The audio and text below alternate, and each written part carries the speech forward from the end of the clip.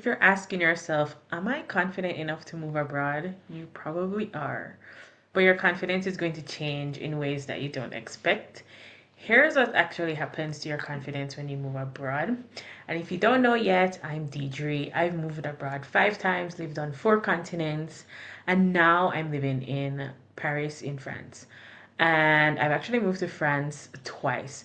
And so this is what I learned about myself and how my confidence shifted or was impacted by living abroad. I think first we should discuss who I was in Jamaica. Um, I've been living abroad for like over 15 years now in many, many countries. Currently, like I said, I'm in Paris. And before I moved abroad, who I was in Jamaica was I was someone who was professionally capable. So, like, I was still young. I had just finished university. I had found my like first job, my first big girl job. Um, I think I worked there for like 2 years, just about. And so I felt like I knew how things worked. I was good at my job. I was independent, even though I was still living at home with my parents. But I was still independent in terms of earning my own income, paying, contributing to bills, that sort of thing. And I felt I was a bit comfortable. I felt comfortable making my own decisions.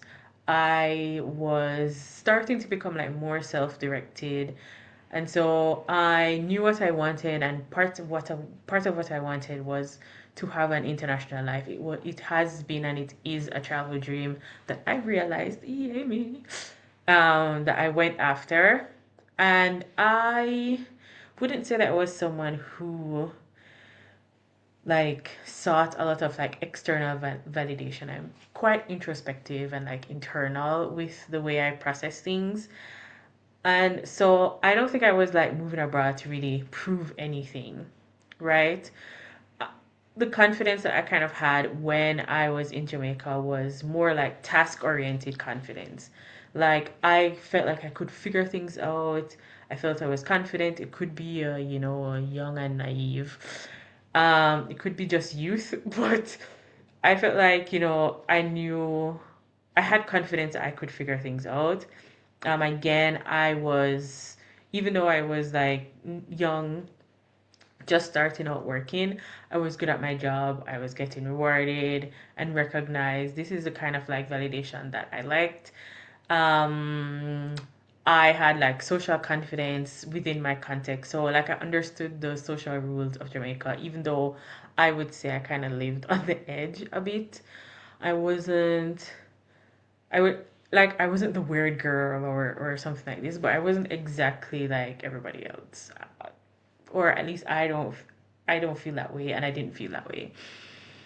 Mm, but I hadn't really like looking back, I hadn't really like tested myself in like unfamiliar familiar territory, and I still had this dream of moving abroad and living internationally. It was living internationally, speaking 6 languages. I'm only at 2.5, 3. But speaking 6 languages, being a writer, living internationally, yes, check, check, and check.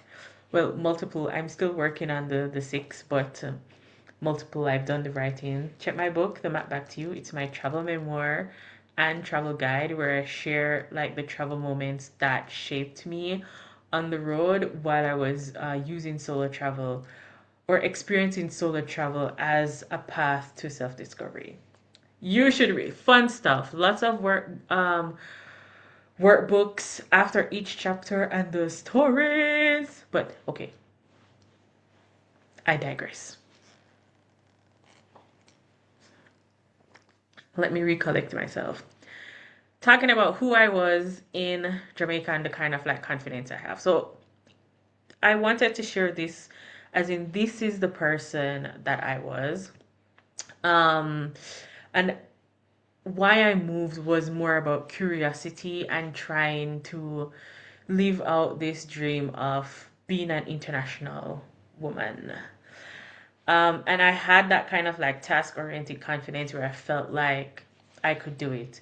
And I wanted to share this because there are different profiles and there are different ways of why we move abroad. And there are different reasons for why you move abroad.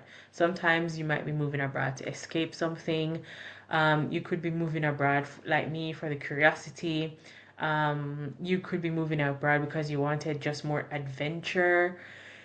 You move abroad because you found a job, you want freedom in terms of like movement, you want to learn a different culture, tons of reasons. But this is why I moved abroad. I think I moved abroad more out of curiosity than for like escape. Yes, I had outgrown that version of my life. I was very bored at my job. I also talk about this in my book. My gosh. First chapter talks about the anyways, I was quite bored with my job. I didn't feel it was mentally stimulating enough.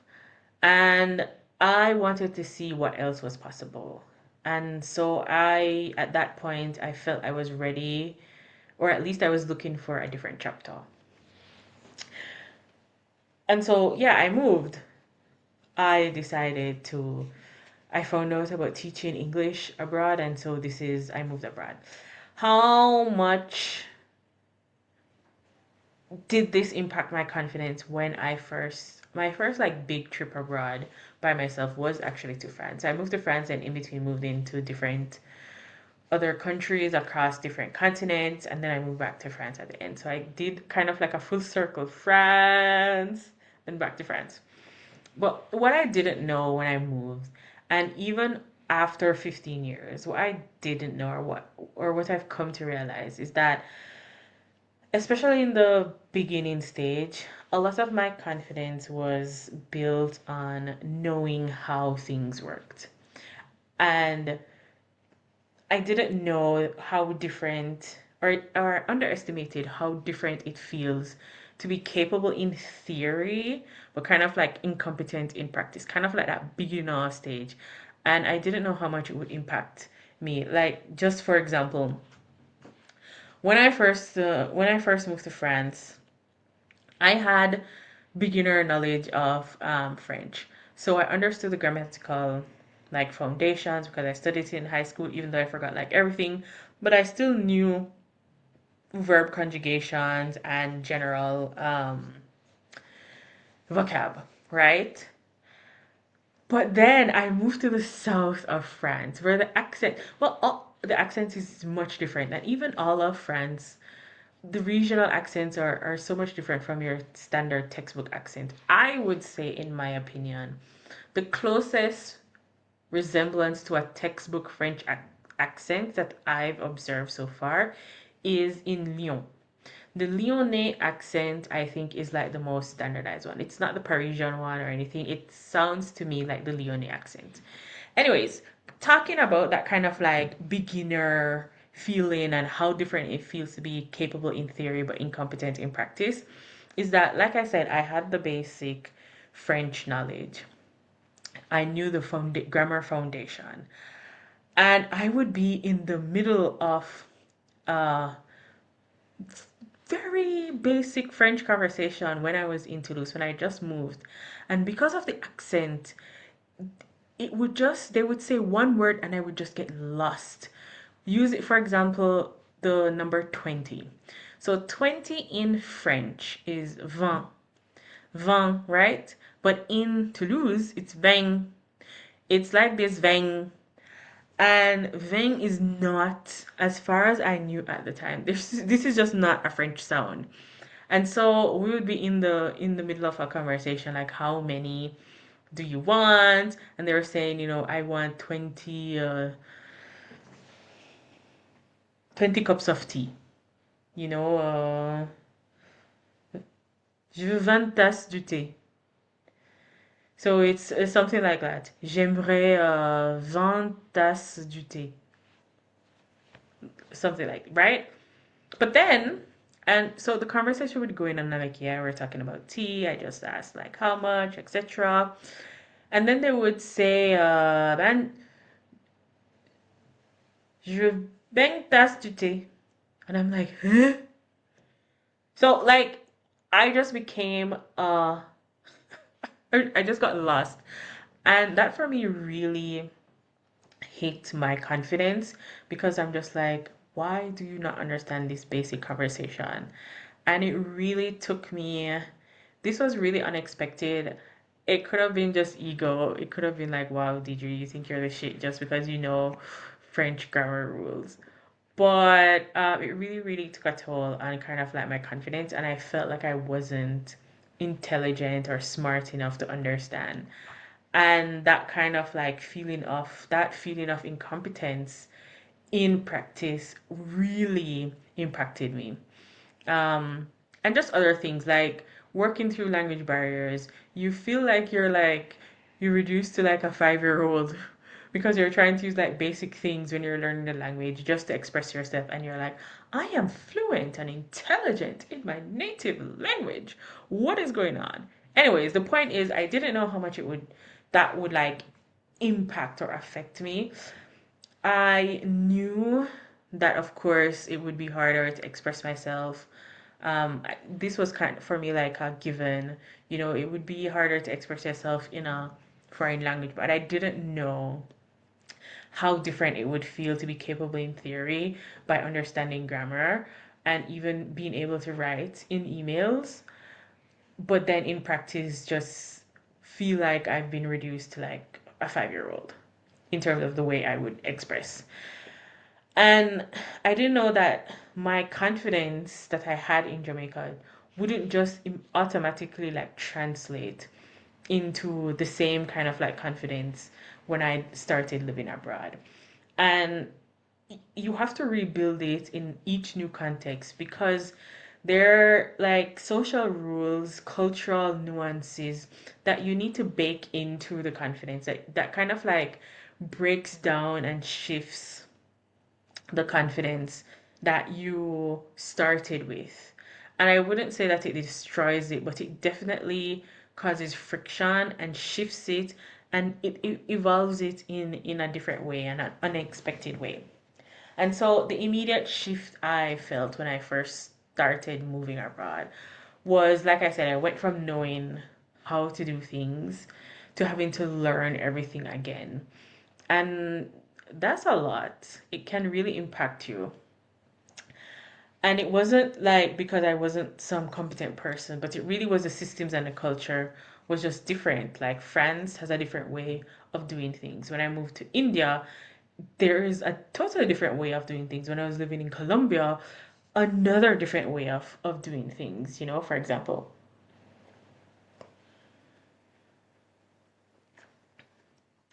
I'm having tea.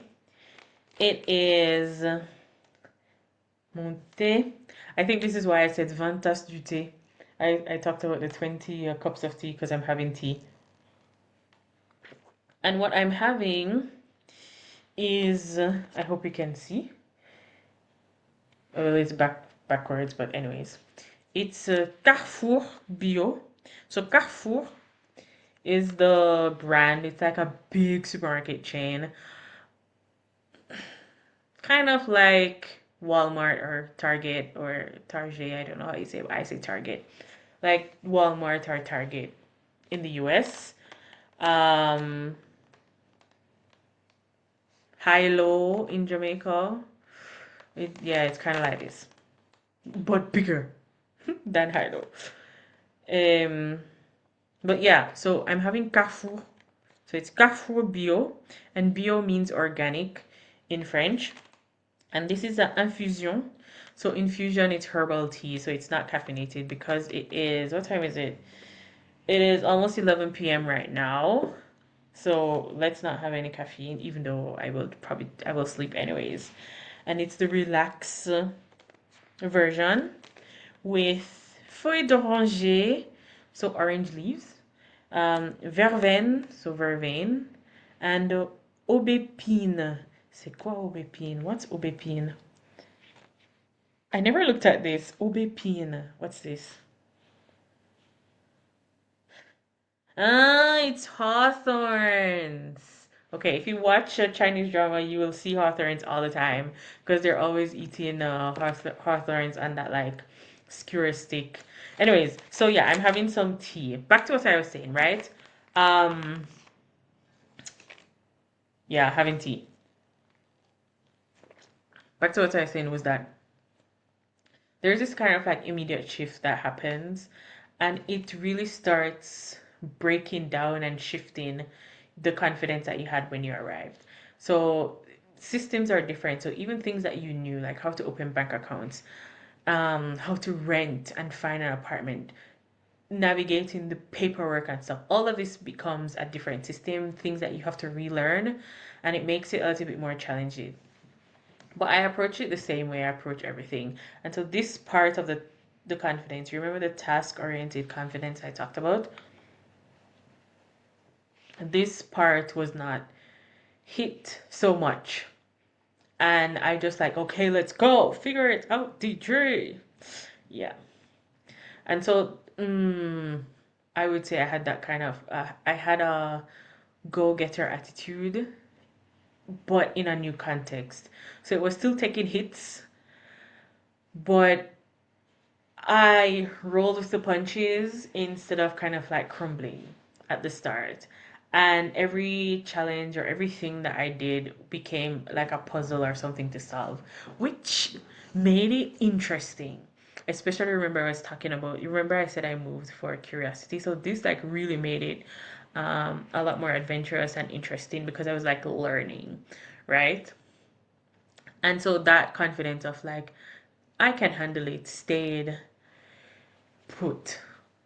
Well, what was actually hard in the first stage was not really the tasks themselves, but like doing them without context, without understanding the cultural nuances.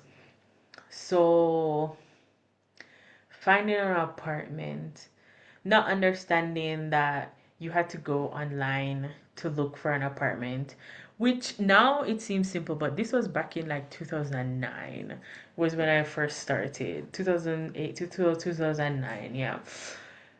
Um this was still strange, a bit strange for me to like hunt for an apartment online. Also, I was living in my childhood house.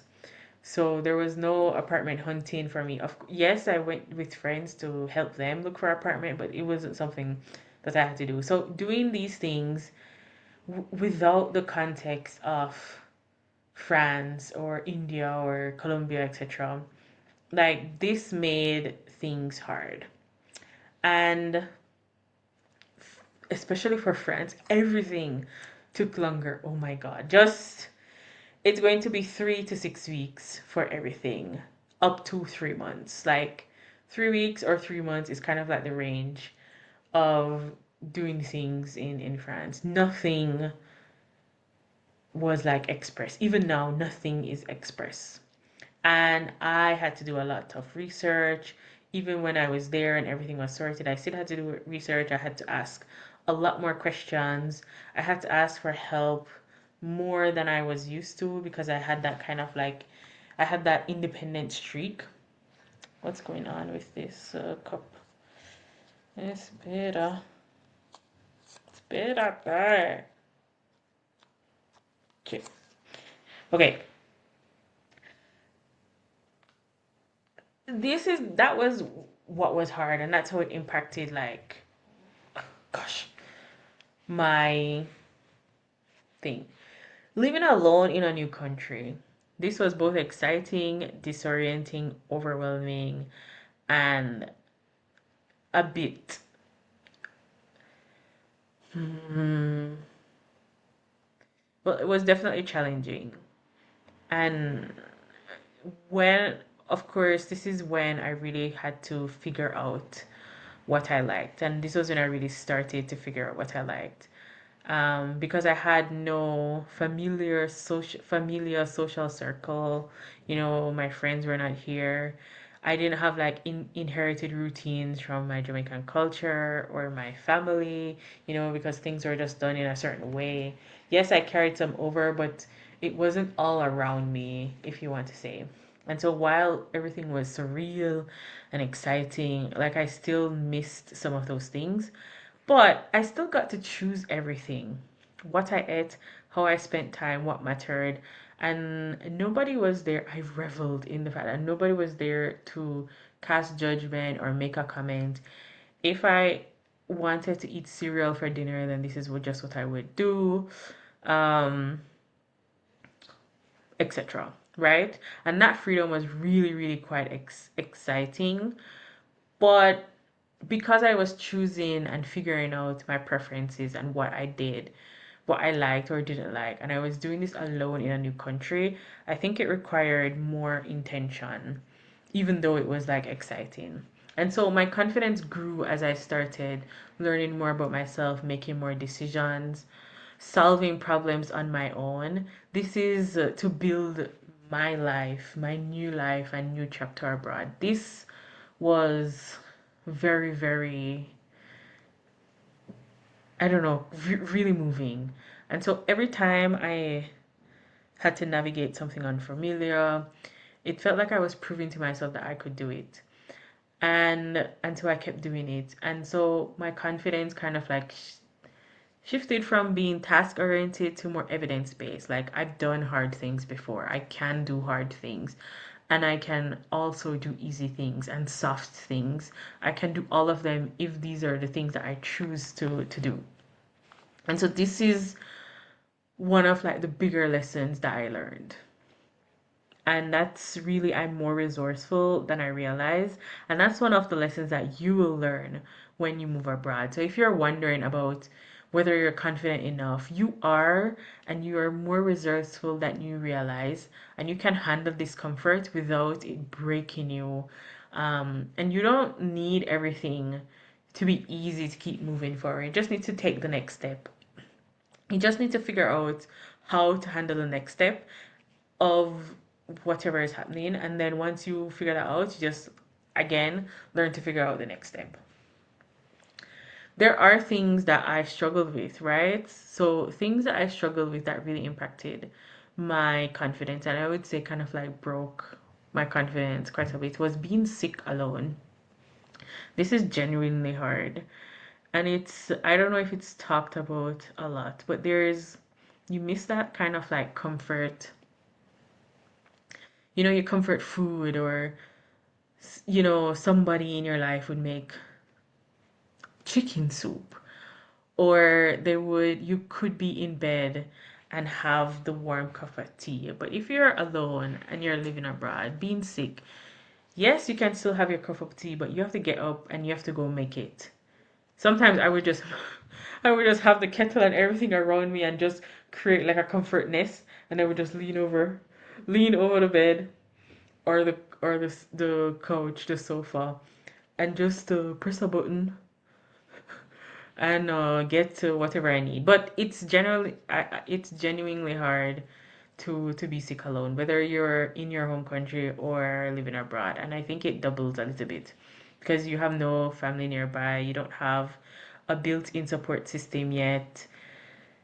Yeah, having to take care of yourself when you feel terrible isn't like the most fun thing, unless you have like the comfort nest. But I don't think this is like a confidence issue. I think it's just a practical reality that it's just hard. Another thing that really struggle, which you you don't realize it immediately, and it's something that accumulates over time, is just the accumulation of dealing with uncertainty. And so it wasn't the first year that was hardest, it was later. Mm, kind of after 2 or 3 years was when nostalgia and homesickness kind of like hit. I was still super excited, and I don't think nostalgia and homesickness hits within the first 7 to 8 months or 6 to 8 months. It's no, it's after that is when it starts happening. For me, it happened much later even, and this was like in year 2 or 3, because around that time the novelty starts wearing off, and you still kind of like, you still don't feel like you fully belong. And so that accumulation of dealing with uncertainty, being a foreigner in a place, can yeah, it takes a bit of a toll out of you, because integration into a new culture takes years, it takes time, and it's normal for it to take time. If you think about it, when you were wherever you are back home, you integrated day by day, bit by bit, from you're a child, adolescent, teenager, young adult, etc. All of that is integration. You're reiterating and learning your cultural nuances and your social context and your social rules. And you have to do that when you move abroad. That's part of the point, is to understand yourself in a new layer of cultural context. And so that can take a hit.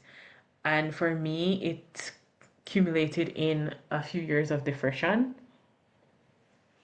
But that happened after maybe already 10 years abroad was when I felt like, okay, kind of like hit with a bit of a depression wave that was directly related to life abroad. And I don't think it was lacking in confidence, but it's just that the weight of like the accumulated uncertainty um finally kind of like settled. And then I had like some personal life challenges that had nothing to do with being abroad, but it didn't make it easier. And that loneliness of making every decision alone. Every choice is yours, and this is the reality. Every choice is yours, which is empowering. And you have to live abroad. Like nothing gives you empowerment more than living abroad for me. Maybe solo travel. Solo travel is a good second, but living abroad is such an empowering thing for you to do because every choice is yours. But also, every choice is yours. It can get exhausting. Like that fatigue, decision fatigue is real. And that I think after 10 years just kind of like hit a bit harder than I thought. But what it taught me was that confidence doesn't really protect you from loneliness or from the harsh realities of a life. And you can be capable and still struggle. And hard seasons will happen even abroad as you're living out your dream life and you're designing the life that you want the way you want it. Hard seasons will happen, and the trade-off is real. Autonomy is powerful, but it can be heavy. But for me, it's so much worth it in the end.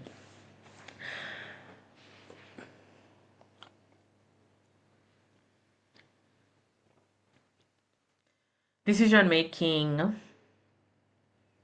making decisions. Making decisions without understanding cultural nuances is fun, fun, fun, fun, fun. You make so many mistakes because you don't understand everything, but because you're making the choices for yourself and for your life, you learn to trust you will learn to trust your own judgment in a much more complete way. My sports bra. And and I learned to trust my own judgment completely. And it isn't like because I think I'm always right, but it's more about I'm the one who have to live with the decisions that I make.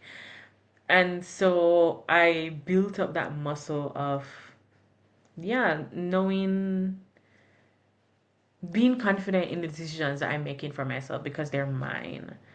And having that trust to rely on that because I'm the one who has to live with these decisions. And so I stopped needing kind of like consensus. I didn't have to like I stopped needing to check with people. What do you think?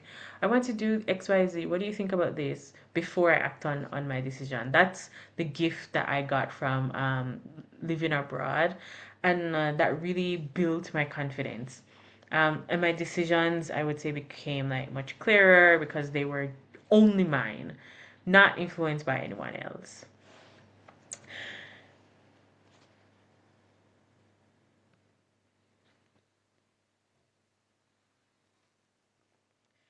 living abroad, how it impacted my confidence, I think in general was it forced me to figure out your preferences. If there's one, you will know what you like and what you don't like. Otherwise, you're going to live in an empty house. And even then, that is data, that is information. If you're living in an empty apartment, it means that you like empty apartments. You're probably okay with it much more than you realize. You're like, huh, I can be a minimalist. Or maybe you realize you're a maximalist. It living abroad will boost your confidence because you'll figure out your preferences, how you spend your time, what brings you peace, what you need to feel sane. Like that clarity on its own is one of the biggest forms of confidence, and that's how living abroad will can like impact and benefit you.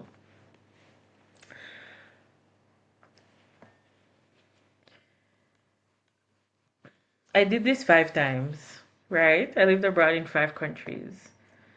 I moved abroad 5 times, not in 5 countries actually, because twice is France.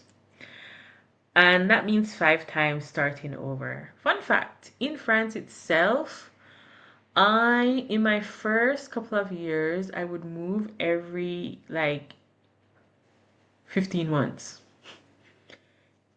Either because I had like an internship or I had a job or I moved for school, um, or I just moved to a different city, etc. So even with moving in France was also like a thing that I did, and each time I moved was like building a life from scratch repeatedly. And each time I proved I could do it, then the next time became faster at figuring out what mattered. And that confidence to this day of I've built it before, I can do it again is one of the greatest gifts that you can get. That self-reliance from moving abroad is, I don't know. You should try it. Don't wait on perfect or ready. If you're thinking about moving abroad, living your life internationally, intentionally, you will build a level of self-reliance that is beyond your wildest dreams. 100%. You'll be so much more comfortable with your own company. You'll build out your own kind of like systems of taking care of yourself. You will learn to rely and trust yourself without resenting your choices. This is what grew that internal like authority. I trust my decisions. Adaptability, because if you're living abroad, if it's one thing you need, if there's one skill that you must have is adaptability. If you're not flexible, good luck. You need to be flexible. Um, you will grow clarity, as in I know you will know what you need, what you don't need, and it builds and you refresh it and reiterate it and cement it more and more as you continue to design your life. And endurance, because living abroad is a long-term thing. It doesn't have to be permanent. For me, I'd like it to be permanent, and this is what I'm working towards. For others, it might be for 5 years. Some people, it's just a 1 year experience. There are different phases and different stages, but it definitely teaches you endurance and adaptability. I used to think that confidence meant certainty, but as I've been living abroad in for 15 years now, these 15 years just taught me that it's acting despite certainty, acting despite the uncertainty of the situation or the outcome. That is confidence for me. It's through the action, and making decisions with incomplete information is part of the game, and it just for me signals that you're doing the best you can with what you have. And I think that is the core of life. And I don't think I would have realized this quick enough, soon enough, as soon as I did, had I not moved abroad. Because there is a comfort of context, comfort of familiarity. Like talked a lot about the comfort prison, but there's comfort in context, comfort in familiarity. You there will up to a point there will be ease in how you navigate your home country versus the foreign country.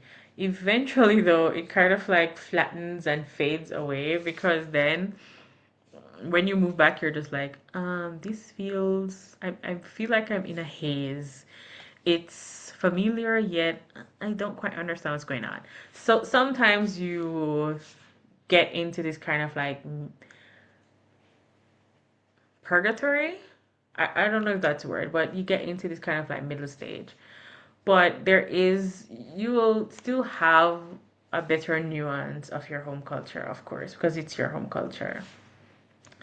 And I'm now comfortable and I've now accepted that I'll always be translating my references, many of them, because I am still a foreigner. But so will they. And this is the cultural exchange. They will also have to be translating their references. And this is how you learn and how you grow. And this is the fun part of having intercultural friendships, the relationships, or any type of relationship, and having multicultural friends, colleagues, etc. Like, you'll always be translating your references. And sometimes there is every now and then when you get back into contact with your home culture, you're like, they understand exactly what I'm talking about. This is good, but it's also very intriguing and exciting for me to understand different cultural nuances and being able to operate in multicultural space. I really enjoy this part. And because I've been living abroad for so long, I've let go of expecting to be automatically understood. Not in a sense of I'm bad at communicating, but just leaving room for leaving room for cultural nuance. So it's a bit of a loss in the sense that you don't have this ease and this comfort of just always automatically understanding the culture, but there's a freedom. It frees you in a way that I don't know what compares, but I really love it, and it adds a new layer. It evolved the way that I approach confidence, or how I think I'm confident. And going back to how I started. Remember, I started task oriented. I can do it, and then I it shifted into, oh, you need to be more adaptable. You need to be more flexible in things. You need to have more endurance, and you need to have more trust and rely on yourself in terms of living in uh, uncertainty. That kind of like evolution of how I approach confidence meant that I had to release a lot of things and I had to unlearn a lot of things. And one of them was that confidence looked the same everywhere. And it's not. Even just like in body language, Jamaicans are very direct. And we have a what's called low context communication. French people are not low context in many cases. I would say, they're definitely more high context than Jamaican. And so low context communication means we take things at face value. and we say what we mean and mean what we say. And we look at the words that are said more than, like, they play a big role. And if you're high context, then body language or the tone or what's left unsaid plays a bigger role. And French is like this, and French people are like that. And so many times, speaking up, um, loudly or valiantly in a meeting, etc. In Jamaica, that would be confident. In France, in my experience, it doesn't always translate to confidence. Sometimes it translates to arrogance, um, or attention seeking. So I had to unlearn and release the idea that confidence looked the same way or should look the same way in every culture. And I had to also like release the need for having everything feel easy. Yes, I'm all for the soft life, and we should all be for the soft life. But it comes with I've come to a certain realization and understanding currently in the space that I'm at and the phase in life that I'm at, that it's also okay to not feel settled all the time as you work towards your journey of settling in a foreign place. Like, it won't be immediate, this feeling. And, while you should desire all the things that you want, and it's fully available to you and to me, struggle is not, it does not mean that you're doing it wrong. And struggle, not in the sense of like, oh, adversity, but in overcoming challenges, it does not mean that you're failing. It just means that you need more time and sometimes a little bit more effort to work through something, but because you're still learning the culture of the process or the system that you're in. I talked about what released, and I think I've talked a lot about what I've gained. So I'm just gonna quickly kind of like say it is what I gained from living abroad briefly.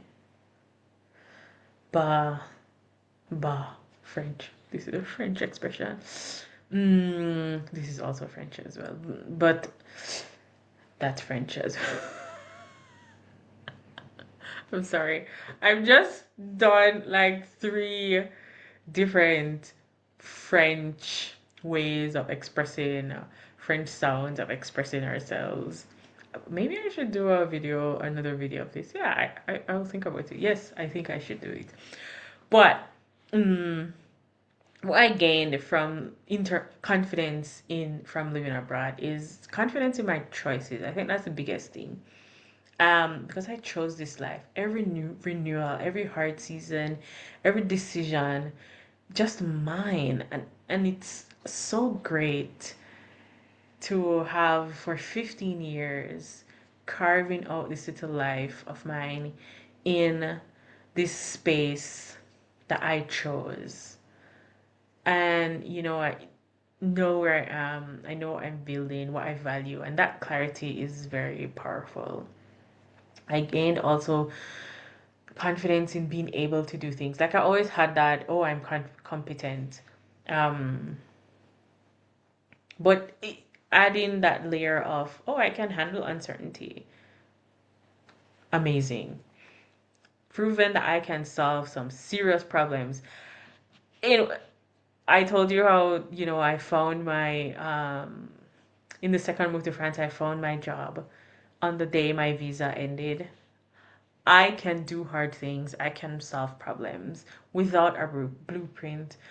I trust myself to like figure things out as I go. That kind of like capacity building and competency is one of it grows and it just keeps growing, and I can't wait to see what comes next. And I can't wait for you to start your life abroad journey so that you can see what comes next for you, because I'm not special. It's just I've done it before. I have a little bit of head start. in this whole process than you, just a little bit more. But if you're thinking about moving abroad, you are confident. You definitely already are. You can go. I'm not, some like super duper special person. I keep burping in my videos. I'm not special, but I've done it. I've lived abroad enough times to know that I can start over and to not have fear in starting over.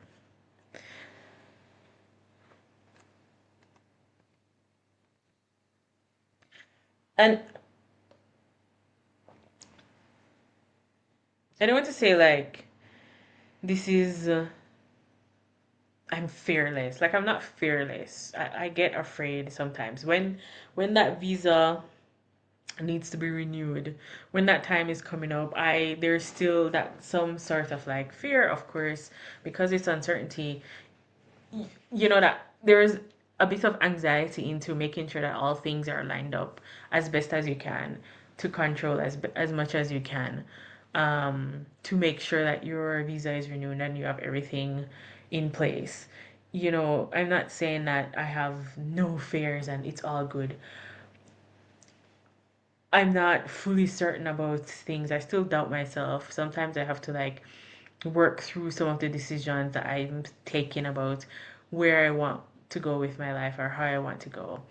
I'm still awkward when I awkward in social spaces, but I was awkward anyways in social spaces in Jamaica. So this isn't, I'm not trying to say that, oh, everything magically shifts and you become some sort of superwoman. You do become a superwoman or a super person, you know, but you're not infallible is what I'm saying.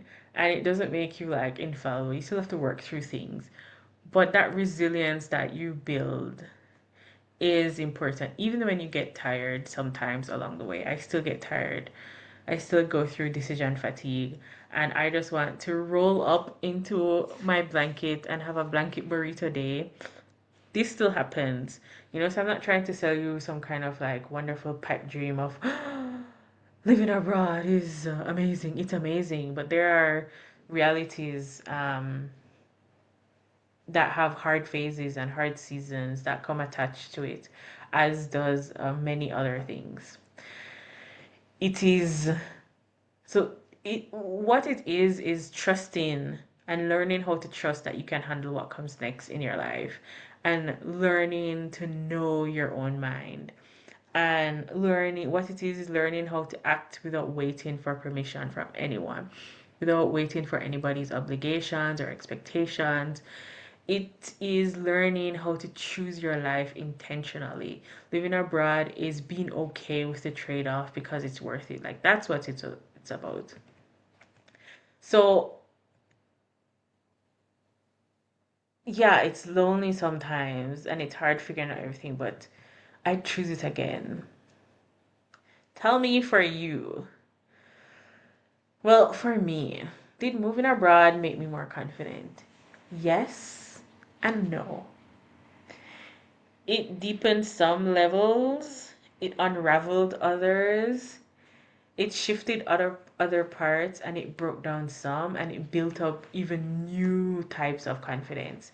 And so it's not a straight line. How living abroad impacts your confidence is not a straight line. It's not a straight line going up, nor is it a straight line going down. It's this evolving cycle. It evolves and it shifts and it dips, and sometimes it spins around, and sometimes it just shoots up in one area or another. Like, and I think that is the beauty real beauty of living abroad, is that your confidence evolves, and it evolves with new layers that you would never be able to experience or add to your life without living in a foreign country. So, what I tell you if you're considering living abroad is, don't expect confidence to just like increase across the board. Expect it to shift. It will break down, and it will break you down in certain places, and it will build you up and lift you up in so many others. Like expect to feel incompetent sometimes. Expect to have that kind. Incompetence is a strong word, but expect to have that beginner energy when you're moving abroad, when you're living abroad. You're both learning and you're both taking what you already know and mixing and blending to bloom into something even more beautiful. That's what living abroad is expect the trade-offs to be real but also worth it. If you're thinking abroad, tell me in the comments, what do you hope living abroad will teach you about yourself?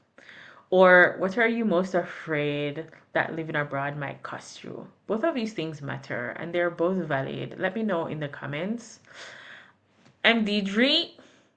I help you move abroad to design the life you love because you deserve it. I love to have conversations about living abroad. I could talk about it all day. Tell me in the comments. I read all of them. I answer all of them.